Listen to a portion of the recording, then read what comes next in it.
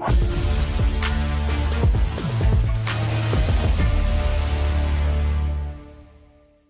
Rajesh Kumar Verma, and I'm the professor of practice out here at VNR JYOTHI Institute of Engineering and Technology, Hyderabad.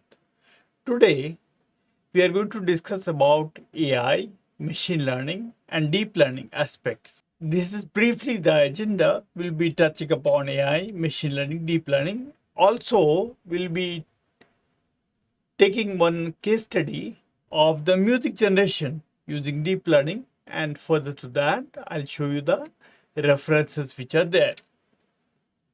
Let's talk about AI. Very first we should know who is the father of AI. He is Alan Matheson Turing, and it was in the 1950, and he was a British mathematician. He came up with something which is known as the Turing test, in which if a machine is basically in another room and you are sitting with the computer in another room and both are conversing, it should appear that I am conversing to a human. So that is all about the Turing test which he came up with. And basically, if you happen to pass this Turing test, we say that the machine is basically one which is artificially intelligent. So he came up with that. Now, this, as you know, is the picture of the father of AI, John McCarthy, and he devised this particular term of AI in the year 1956 at the Dartmouth conference, and he defined AI as the science and engineering of making intelligent machines. Okay, now there are a spectrum of products which are there, and these innovation choices are basically in the area of AI. And basically we have to note that NLP, IoT, all these are basically the innovation choices that we have. Okay, now coming to what is AI. AI is something that represents the development of computer systems that are capable of simulating the human intelligence. Okay, God has created this particular human brain, which is the most intelligent thing which we have, and AI basically tries to mimic the intelligence which is there in the human brain. So we should be thankful to God for creating this, and AI basically tries to mimic that. Think of it, we came from the apes. Now, slowly but slowly, we are creating these intelligent machines, and that's what all is AI. Okay, now where does AI find its particular applications in? AI finds its applications in the AI military service systems which are there, and especially all the flights, all the submarines which are there are AI enabled, and this is what is used in the warfare. Now, you must be knowing about the AI system beating the humans. Okay, chess master, and this was the grandmaster of chess who was beaten by AI. And as you can see out here, AI also plays the game of chess, and the human also plays the game of chess. So AI is able to do all that. Now let's come to the simplified AI landscape. And in the simplified AI landscape, we have the personal assistant like the Siri, Alexa, or the personal assistants. We have the AI chatbots also. We have the automated insights. And then we have the autopilot by Tesla. We all know about the self-driving cars, and these are all given to us by AI. Now, what do we have to know in order to know AI? In order to know AI, it is very essential that we know some of the core subjects very well. And some of the core subjects are probability statistics. We should know about psychology, we should know about neuroscience, we should know about engineering, and subsequently all the subjects are what we know should know about very well. And that is when we can say that the topic of AI is something incorporating all these subjects knowledge, and we need to do it well. Okay, now let us come to the different things that AI has really given us. In the year 1950, as you know, the Turing test was devised, and subsequent to that, we have the particular thing which is given to us are the Alexa, Siri, and subsequently we have gone to deep learning, and then we launched something which is from Google and all these things. So we have moved very much ahead in the area of AI. Okay, now what really is AI? And AI is basically nothing but there are different subject areas in AI. If you think AI is nothing but an umbrella, and this umbrella basically incorporates the different aspects, like for example the different aspects of machine learning, the natural language processing, the speech, the expert system. These are all sub branches of AI, robotics, vision. These are all uh, a part of AI sub branches, as you may say. And that is when we say AI, there are different areas of AI, and we need to be an expert in one of the typical areas. For example, we could take vision as one of our areas, or we could take NLP as one of our areas. That is how we generally go and attack this particular areas of AI. Okay. Now, if you say AI is the big thing, okay, bigger circle as you see out here, and then subsequent to that, when we go inside that, we have the machine learning, okay, which deals about giving the machine different algorithms out here, and these different algorithms help us to give the machine learning. Now, if we go a little bit inside, then we have the deep learning, which is basically very recent and has come up only because of the fact of three things. One is the image, and one is the text, and one is the speech. In order to analyze this, we need to be a little bit going ahead and a little deeper, and that is why we have this area of deep learning. Okay, now here is the mesh that you can see, the various algorithms which are there in the area of machine learning and deep learning. Okay, so these various algorithms are basically mathematical algorithms, and definitely if you are going to come up with one such algorithm, it would be very useful for the AI, and definitely any university will give you a PhD in mathematics for sure. So that is how important this area of AI is, and we should remember that the area of AI comes with these algorithms, and these algorithms are by the mathematicians. Okay, now various landscapes are there. Okay, and there are wide variety of products and wide variety of companies which are working in this particular area of machine learning. Okay, wherever you go, whether it's the Silicon Valley of USA, or whether it's in India, then there are a variety of companies which are working in the area of machine learning, deep learning, and so on, and you can see this in this particular slide. Now let us slightly recapitulate what intelligence is.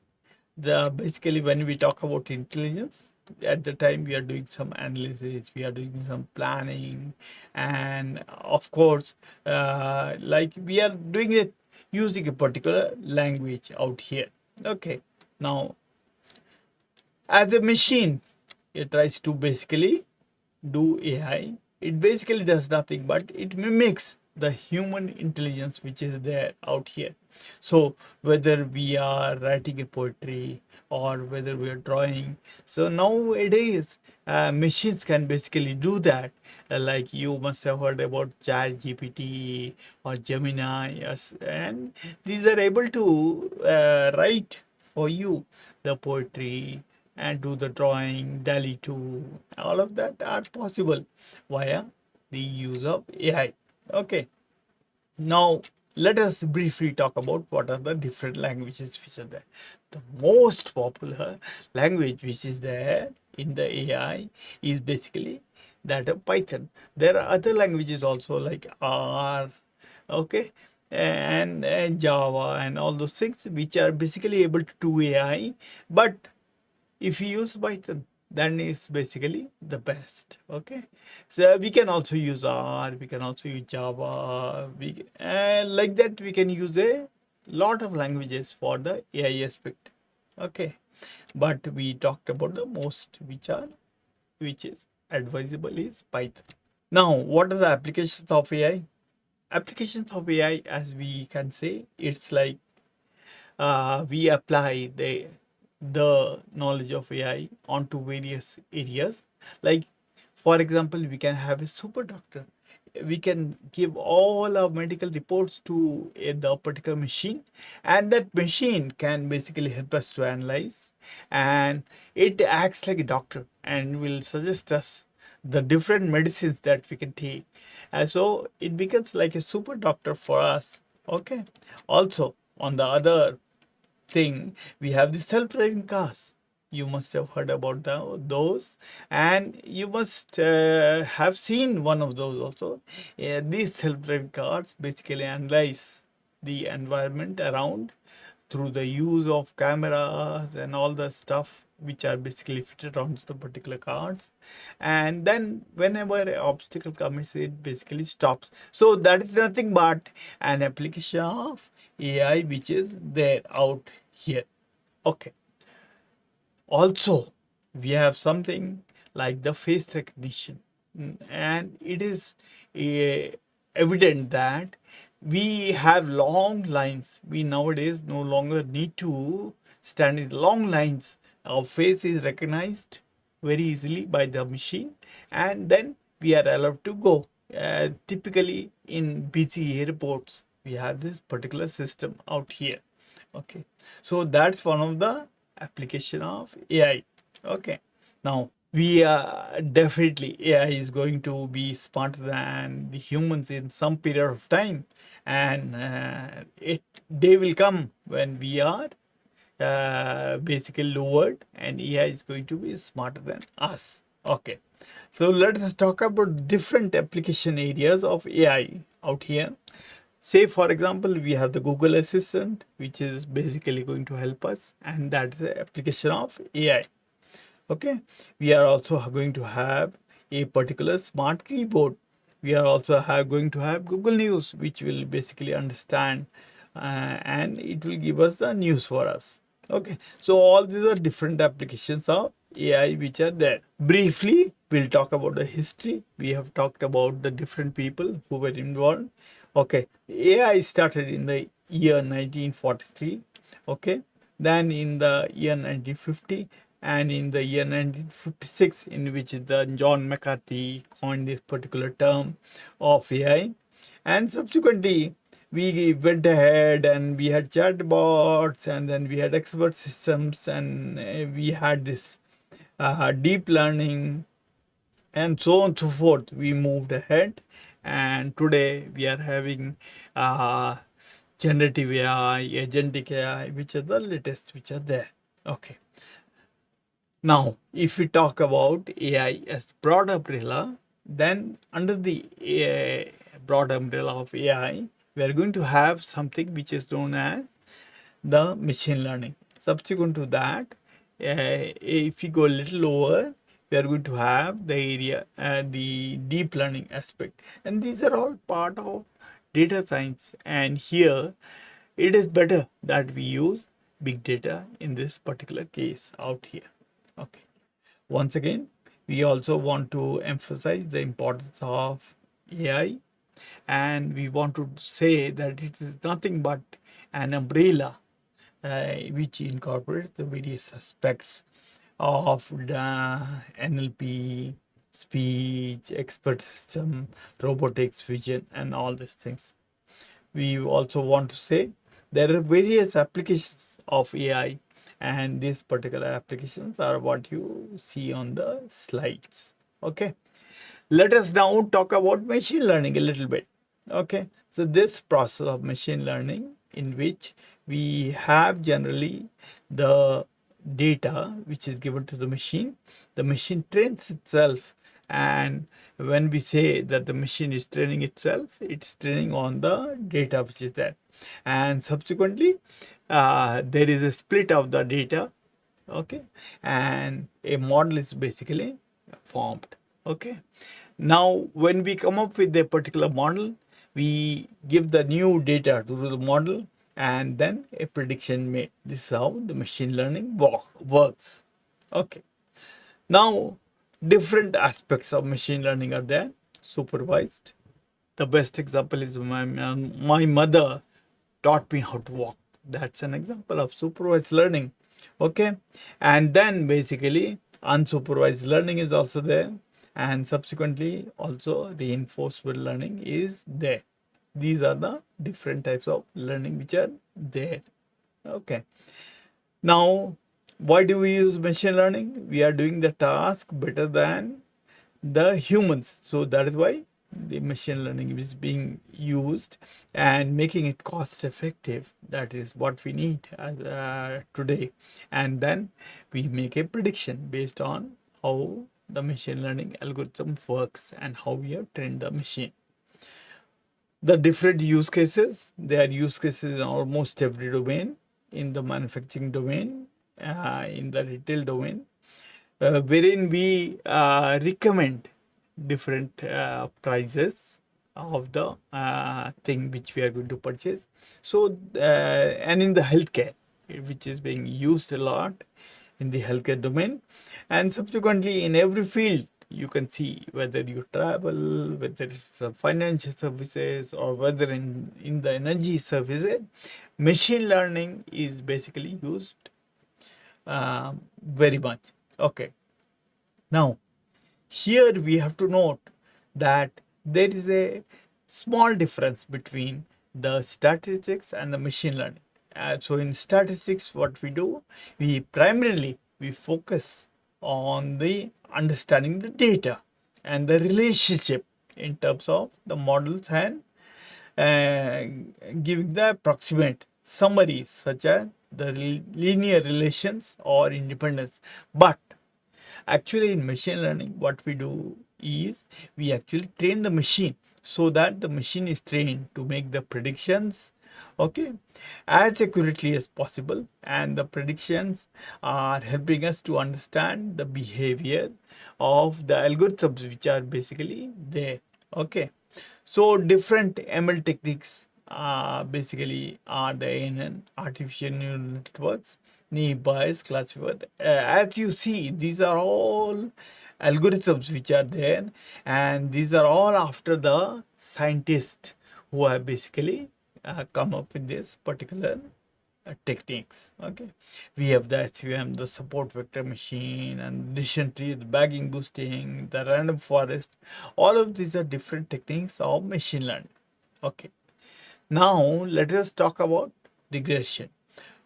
When we say regression, we are going to predict the particular variables, and which are basically continuous.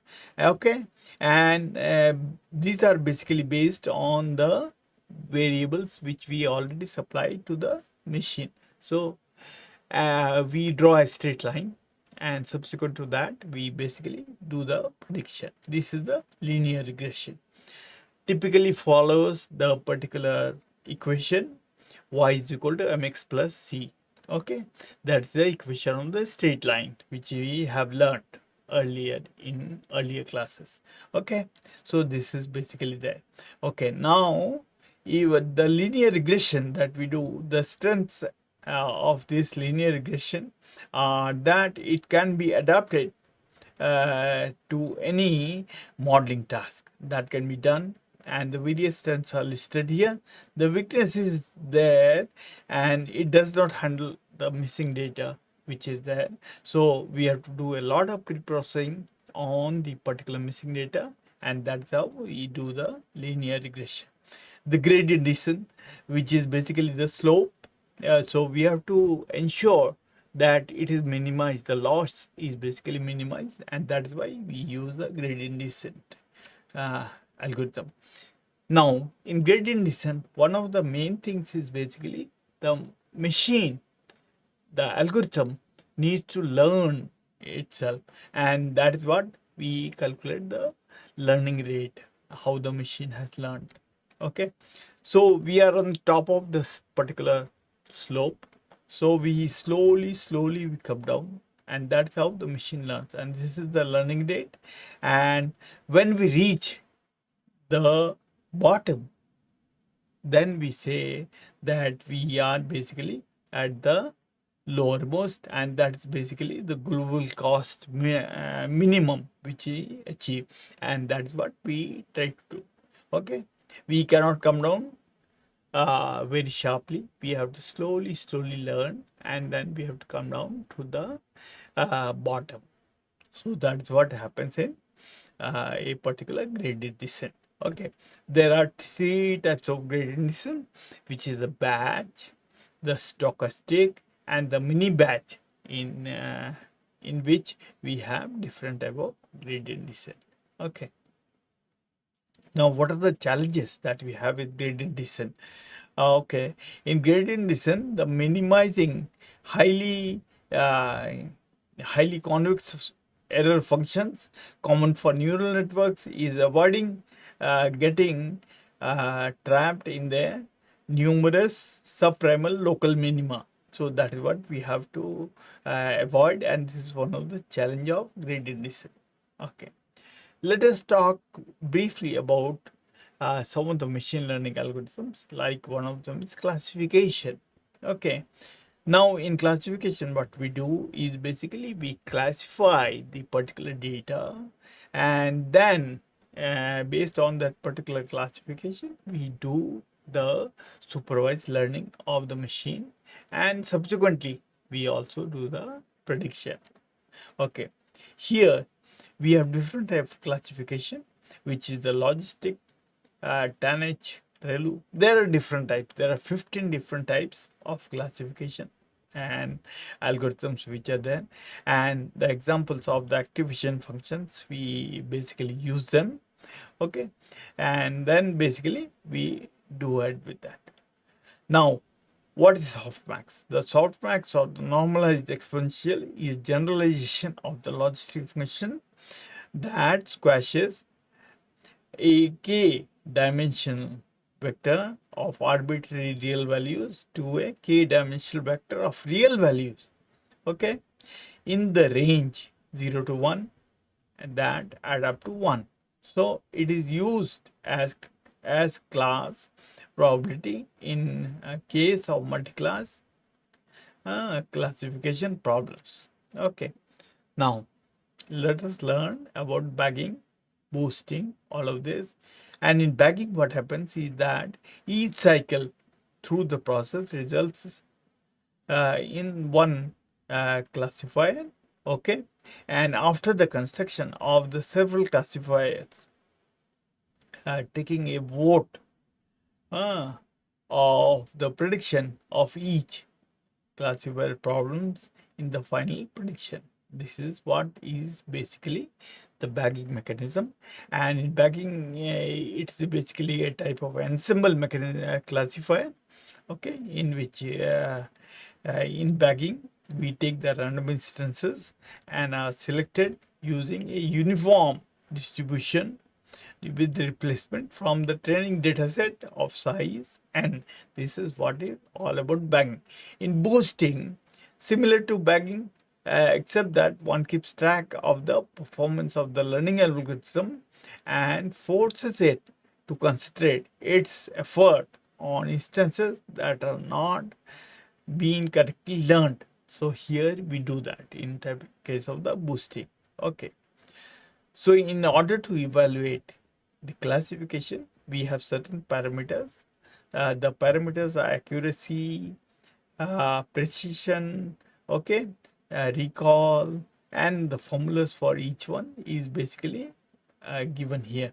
So we have a confusion matrix, okay, and then subsequent to that we have this particular formula. So whenever we are trying out a particular algorithm, we generally we find out all these uh, things, and then we calculate, and the system automatically gives us the calculation, and we generally take the one having the highest accuracy. That is what is used to calculate for in the industry and nowadays. Okay, so what happens in the case of overfitting? In the case of overfitting, a statistical model describes the random error or noise instead of the underlying, okay, relationship. So here overfitting has occurred, which is basically and not good. So we generally try to go with a normalized curve, a one. Here, as you can see in the graph, in this case the overfitting has occurred, in this case the underfitting has occurred. So what we do is just write one, we just take it and we try to do the classification based on that. Okay, now it is very necessary that we do the testing and training split. Generally what we do is 70/30, that is the industry standard that we follow. But in case of we have a smaller data set, then we go with 80% and 10% for the validation and 10% for the test. That's what we go with. But if we have a bigger data set, we may also go with a higher percentage of the training data, and validation test may be reduced subsequently. Now, it will so happen that the data that we take for classification, that may be a huge one. I mean, we may like to basically divide it into sections. So in the case of cross validation, what we do is basically we generally divide the data into different sets, and we do the classification by picking up a typical set out here and doing the validation. So that is what we do. In the case of naive Bayes, we generally use a probabilistic approach out here, and these were two scientists who basically came up with this particular classifier, probabilistic in nature, as you can see out here in the formula that is there, and subsequently we do the classification. Okay, another mechanism of classification is basically the support vector machine, in which we draw a vector out here, and that vector helps us in basically doing the classification. Okay, another mechanism of classification is the k nearest neighbor. As you can see in the graph, the data points are there, and then basically we try to form a particular data set which is basically classified as a particular uh, type. Okay, the other is basically classified as a different type. So that is basically done by the KNN. Okay, also needless to say, the most simplest one is the decision tree, which we help to basically classify the data points into a particular decision. Okay, now as you can see, a decision trees has been formed out here, and this is basically going to help us to classify the data. A detailed example of the decision tree is given out here, and as you can see out here, we also calculate the Gini index. Okay, and then we subsequently form the decision tree. Okay, so decision trees, they are very good and very simple, and the strength of the decision tree, it's an all-purpose classifier that does it well on most of the problems. Okay, and so there are several other advantages of the decision tree. The weakness of the decision tree models is that they are often biased towards the splits on features having a large number of levels. So this is one of the disadvantages of the decision tree. So having a single decision tree is basically having its own disadvantage and weaknesses. So we have come to the random forest, in which we basically have a set of decision trees, and then a forest is formed out of that particular decisions which are there. Okay, so we come up with this random forest, which is basically nothing but an ensemble technique, and this is what gives us the most accurate result in case we are trying to classify the data. Here, as you can see, like he has the particular data points, and from the data points he has basically done the classification through generating the different decision trees for that. So that's what we can do. Now let us talk about clustering. Out here, KMC, K means clustering. Okay, as you can see out here, there are several data points, and K means clustering we use out here, and which aims to partition the observations into K clusters, in which each observation belongs to the cluster with the nearest mean, okay, serving as a prototype of the cluster. So here we do. Now it's very important that we do the feature selection. What is a feature? Feature is nothing but the access which are there for the particular data, and it's a process of selecting the best subset of features. Okay, the goals of feature learning selection are to reduce the computational time and the space by reducing the size of the problem, and to improve the performance of the models by removing the noisy and irrelevant features, and reduce the likelihood of overfitting. So this is what we do in the case of feature selection.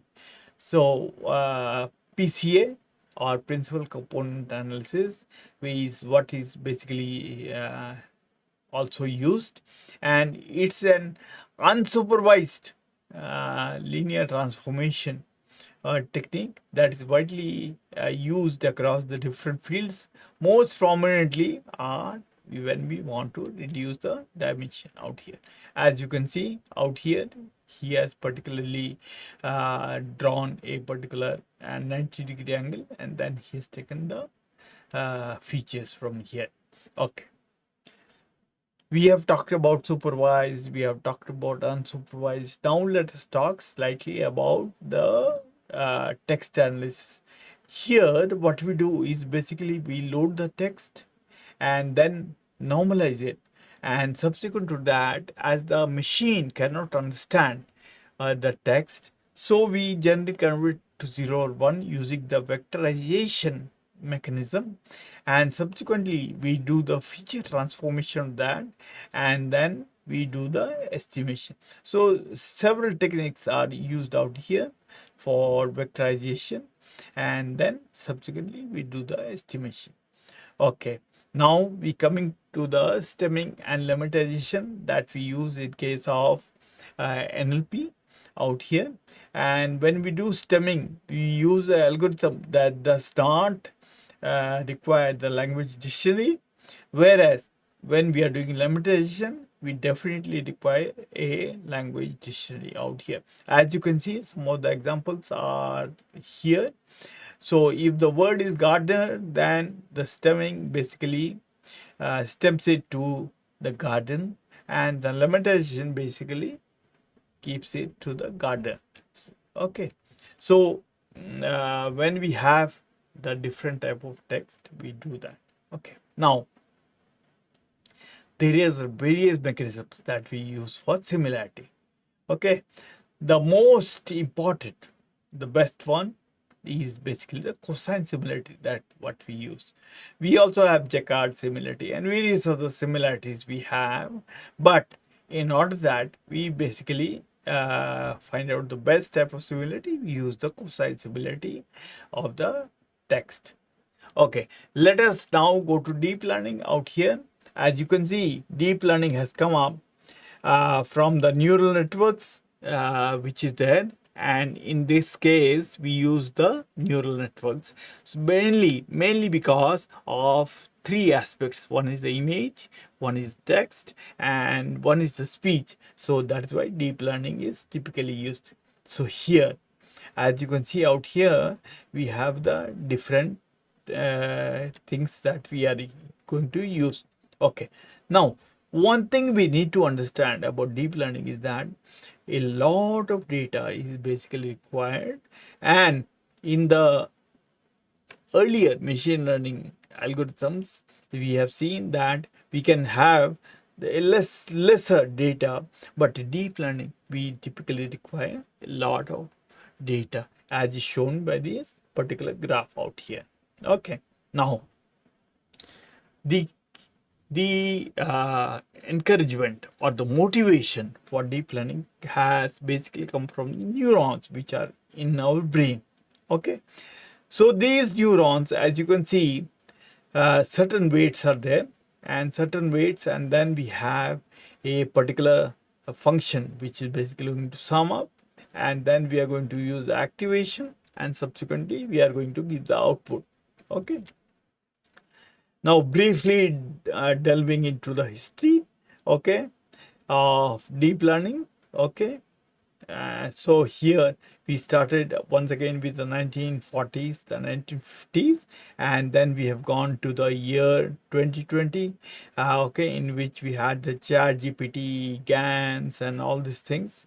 Okay, and subsequently we are improvising the version which we are having of chat GPT, DALI 2, and all of this particular deep learning things, and then we have subsequently come to make things better. Okay, now let us talk about ANNs which are capable of linear and non-linear classification. Okay, and then the weights are typically adjusted out here. Okay, and then it's also able to make process and analyze the large complex sets. Okay, so that's what we do in the case of ANN. Okay, now let us see what a perceptron is. A perceptron is basically having the inputs, the weights, the summation, the activation function, and the outputs are basically had by a perceptron. Okay, so the key concepts that we need out here to know is basically that the perceptrons are very important. They have a limitations. At the same time, that perceptrons cannot solve problems that are not linearly separable, such as the XOR problem. They cannot solve it. Okay, so here once again we are showing that we have different weights which are basically summed up, and then we use some function out here and typically get our outputs out here. Okay, now this is basically a small Python program in which we have basically given got the weights that we have basically given to the neural network. Okay, typically a neural network follows this particular mechanism, that basically there are neurons. Okay, and we need to remember some of the terms out here about the deep learning, the multi-layer perceptron, okay, the CNN, which is basically used for the images, convolution neural networks, RNN, recurrent neural networks, or which are basically used for text. Okay, so on and so forth. We need to remember that. Okay, so typically a neural network looks like this, in which we have the input layers. Okay, and then we have several hidden layers out here. Okay, and subsequently the output is got. Okay, here we are trying to show that we have a program in which we are doing the split, and then what's the accuracy that we get. Okay, also at the same time we need to talk about the multi-layer perceptron which we have talked earlier also, in which you are seeing that we are having the input layers, and then subsequently the various hidden layers are there, and then we get the output out here. Okay.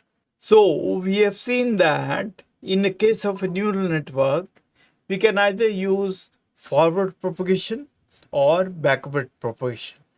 In forward propagation, what we do is that we have an iterative process and the loss is basically minimized, okay, in the forward direction.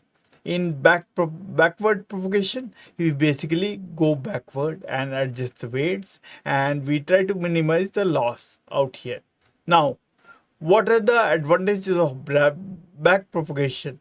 Okay, it is relatively faster and a simple algorithm to implement. Okay, some of the disadvantage that we have of back propagation is the algorithm is not advantage, yes, for noisy and irregular data. Okay, now we use certain activation functions. Okay, and the activation functions are basically used so that we can use this mathematical function, and they help to introduce non-linearity to the particular model. Okay, why do we need that? Activation functions, they allow networks to learn these complex features that linear model cannot. That's why we need this particular activation functions. Okay, now there are several different activation functions which are basically there. Okay, like I would say there are more than 15 of them that are there, but here we will see into some of the activation functions which are like sigmoid, tanh, relu, and you can see the graph of all these particular functions out here. Okay, activation functions which are being used out here. Okay, now it is very important for us that we choose the right activation function, and we basically use that out here. For example, like these are sigmoid function, these are rel function, these are tanh functions that can be used appropriately. Okay, now so we have a particular neural network in which we have the input, we have different hidden layers, and subsequently we have the output also we need to have. Now we also need to regularize. Okay, and it refers to the set of different techniques that lower the complexity of a neural network model during training and help us to prevent the overfitting. That is the work of regularization. Okay, L1, L2, dropout regularization, these are some of the techniques that we have. Okay, so here are some of the important aspects about the regularization, and we can use any of the techniques out here to regularize. Okay, we can use. Okay, now coming back to the gradient descent out here, this gradient descent was basically by Cauchy, who discovered that the gradient descent is motivated by the need to compute the orbit of heavenly bodies. So he has been working on it for a long time, and he is a mathematician per se. Okay, so what are the steps that we need to follow in the gradient descent? First, we shall randomly, okay, initiate, okay, these particular points out here. Then we calculate the loss, and subsequently we also calculate the gradient descent. Okay, so all these steps are basically what we need to follow in case of gradient descent, and we need to repeat the steps, okay, until the converges. So that is what we do in case of gradient descent. Okay, what are the different types of gradient descent which are there? Okay, one of them is a batch gradient descent, and when we say batch gradient descent, we generally denote the total number of simple observations from a data set that is used for calculating the gradient. So in case of this particular batch gradient descent, we generally do that. In case of we have the different type of gradient descent, which is a stochastic gradient descent. Is a single observation is taken randomly from the dataset to calculate the cost of the function.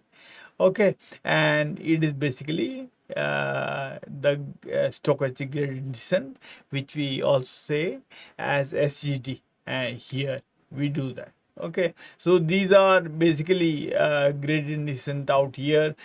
So we take a particular batch of that, and then we give it to neural network. We get the errors and then update the parameters.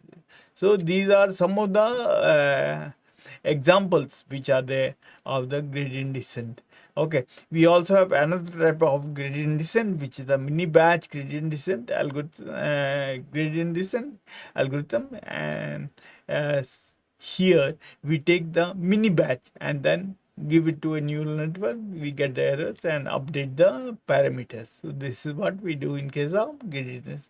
So three different type of gradient descent, which are basically the batch gradient descent, the SGD, stochastic gradient descent, and the mini batch gradient descent are basically used. So comparison of these three types is basically here, in which in the batch the entire dataset is used for the parameter update, but in case of a stochastic, we generally have a single observation which is used for parameter update, and in the case of mini batch, we generally have a subset of the observations, and that is used for the parametric update.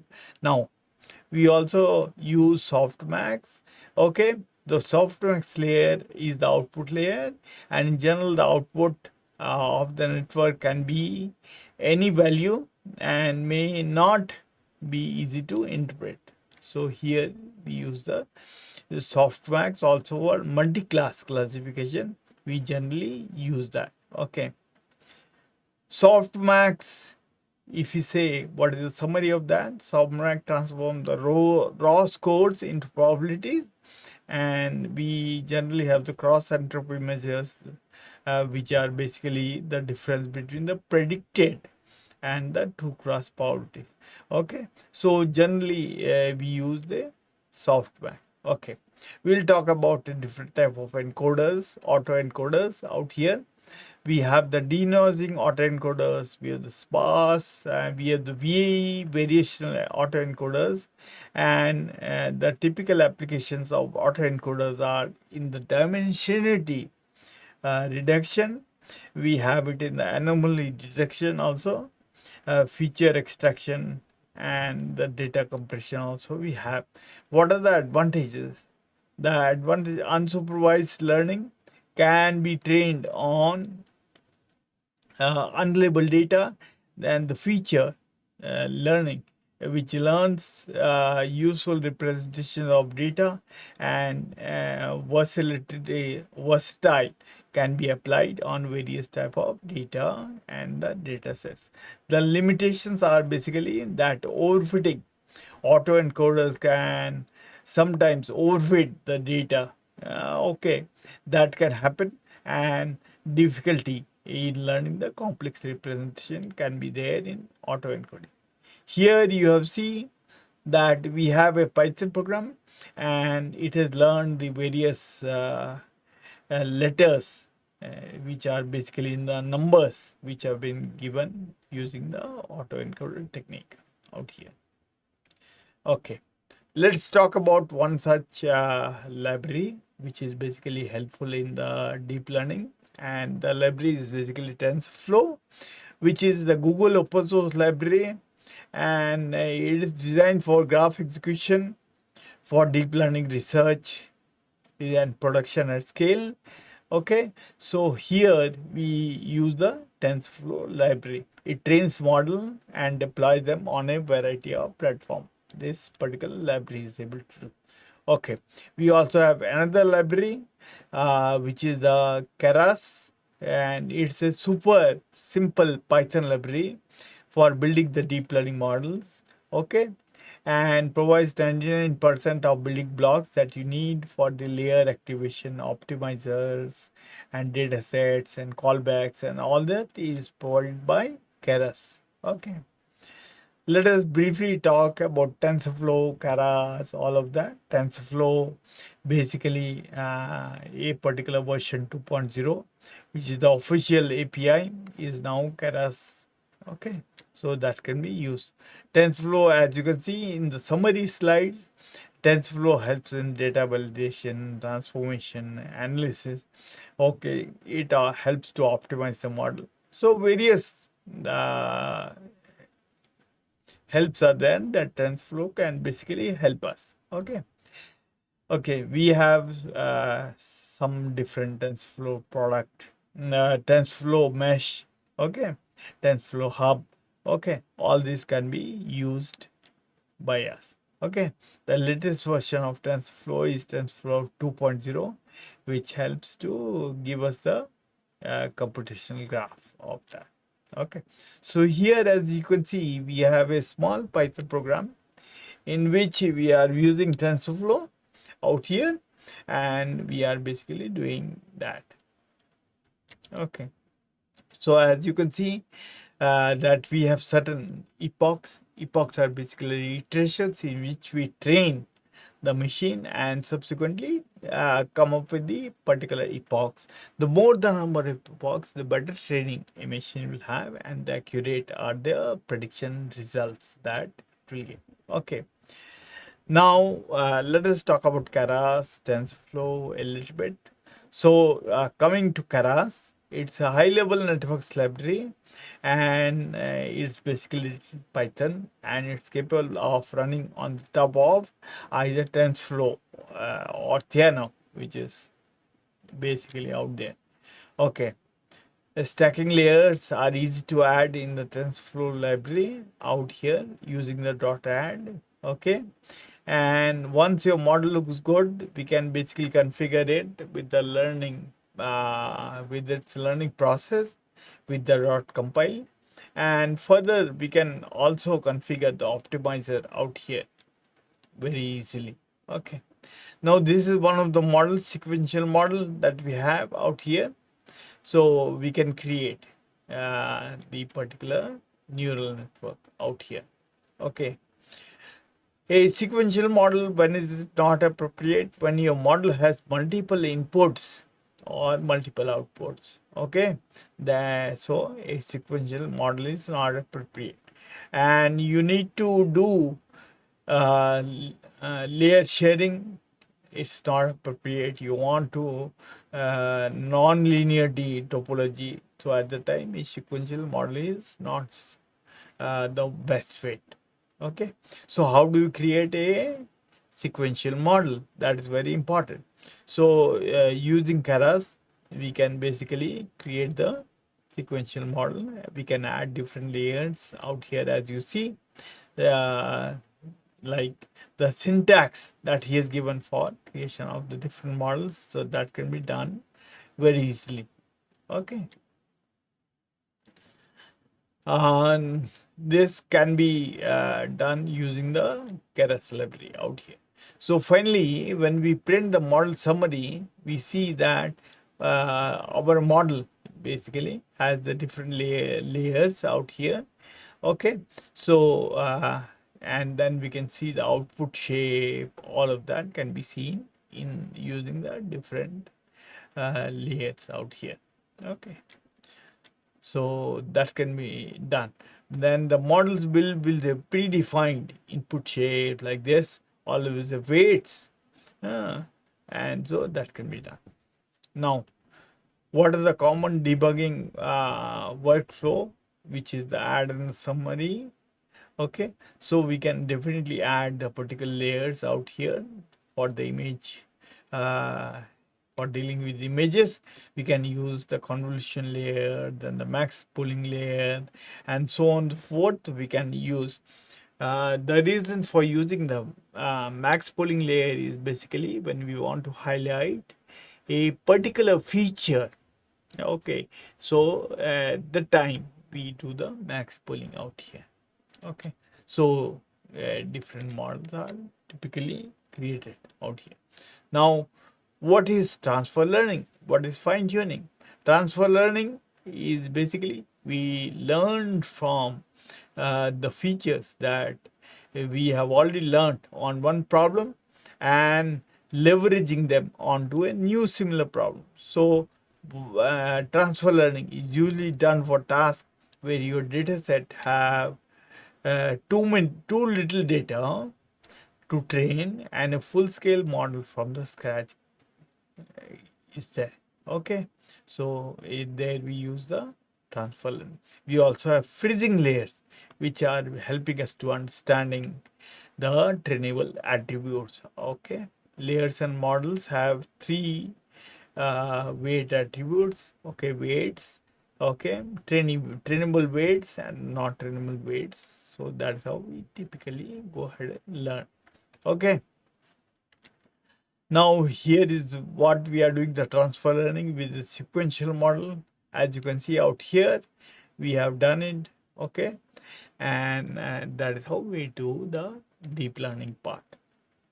Now coming to the fact about the computing of these particular models and the creation of models. So CPUs would basically take a lot of time. So we have come to the GPUs, which are the graphic processing unit, and this graphic processing unit help us in basically learning at a faster pace.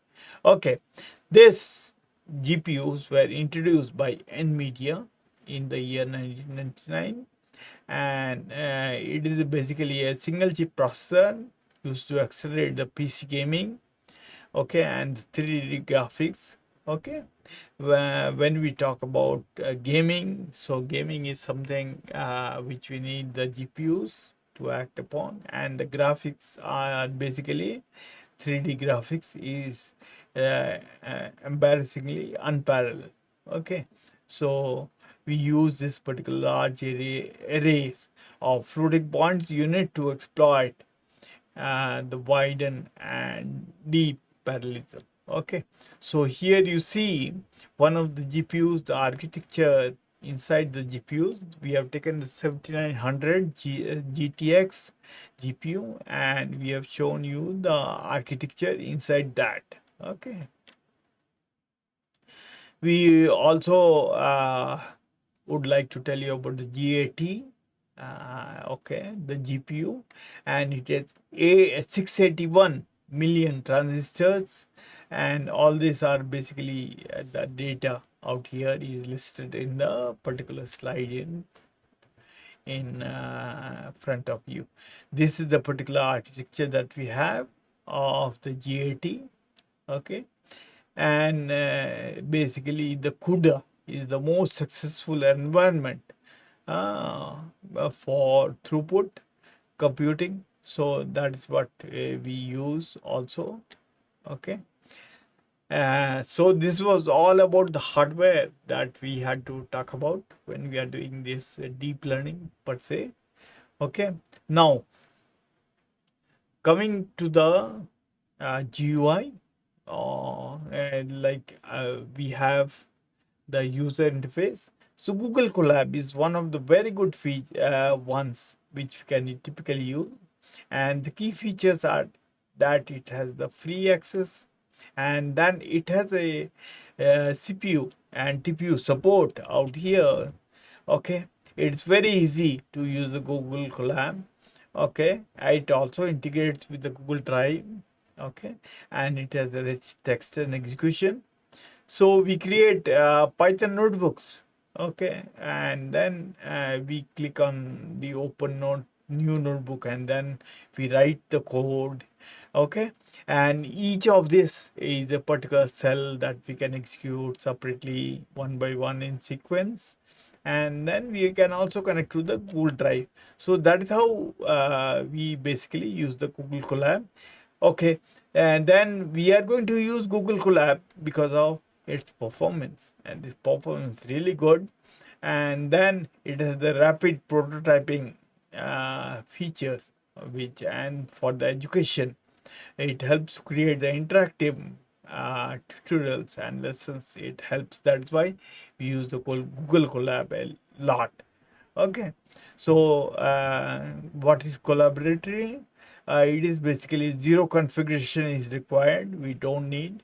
Okay, it has free access to the GPUs.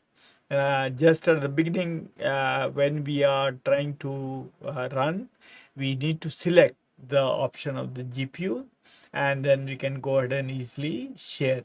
Okay, so a Google Colab basically helps you in writing and executing code in Python. And as I told already, the GPUs can easily be configured, and it will help us basically to run much faster. The import and publish to the GitHub can easily be done, and it is integrated with PyTorch, TensorFlow, Open CV. Okay, and it also has a free cloud service with free GPUs are there. So this is basically the front end of the Google Colab out here, so we can learn a lot using out here. And as you can see out here, different cells are there, and different cells are basically executed, and then basically the result is got. This is the way the Python notebooks are basically opened, and basically they are created out here, and then we can write our code in the Python notebooks. Okay, so if you want to learn more about TensorFlow, then please go to this particular URL. If you want to learn about Keras, then you can go to the Keras URL, and this will basically going to help you. Okay. Uh, these are certain documentation which are there of the TensorFlow of the Keras. Okay, let us talk about a brief case study of the music generation out here using the deep learning. Okay, here in this particular case study, we are going to have a certain models out here. Okay, and these models are helping us to generate the particular music out here. We also have MIDI files, which are basically nothing but the music files, which are basically there. Okay, and we have to do some of the data pre-processing out here. Okay, we have to also go ahead and select the particular features out here. After selecting the features, we train the model, and then after training that particular model, then we basically run it through a number of epochs out here. Then the particular music is generated out here. We use a few packages out here. Typically the TensorFlow, the music 21, which is used for the music processing. Okay, and the MIDI file handling we use out here. We use NumPy, we use Keras. Okay, and we use the particular modules of Keras out here for the particular case study. And then typically when we run this, we get our music thing. This is what we had to talk regarding this particular case study. I'll be providing you all the code, all the files and everything, so you will be able to do that. Okay, let me talk about the relevance of this particular deep learning in the industry. Typically, I'll be taking Infosys as an example, and Infosys has come up with Topaz, which is basically an AI first set of services, solutions, and platforms using the generative AI technology. Okay, and then basically it is being used out here. Okay, so using this particular generative AI, we are leading the particular technology out here, and as you can see, the success stories are basically in every domain that we have. Whether you take telecom, whether you take healthcare, transportation, or energy, we have been basically having a lot of progress in this particular area. Typical references that you need to have, and these are the set of references. I just want to refer about one of the books that you really need to know into detail is the book on AI by Russell and Novick. Okay, so that is one really good book. Okay, and this is a book about AI, and it talks about all the different approaches of AI. These are some of the popular blogs of AI and machine learning, as you can see out here. And please have this particular blogs and then go ahead and read more into it. These are some of the books. Okay, and these are two good books which are there, and this is really a good book by Ian Goodfellow, who basically has written about deep learning book, and Jason Brownlee is one of the authors who is really good, and he has given a lot of programs, and the soft copy, we can just take those programs, run those, and we can change those and then get the result. Thank you very much for patiently listening to me, and I hope this journey of AI, machine learning, and deep learning is very interesting for each and everybody of you. Bye bye. Like, share, comment, and subscribe VNR Digital Learning Resource YouTube channel.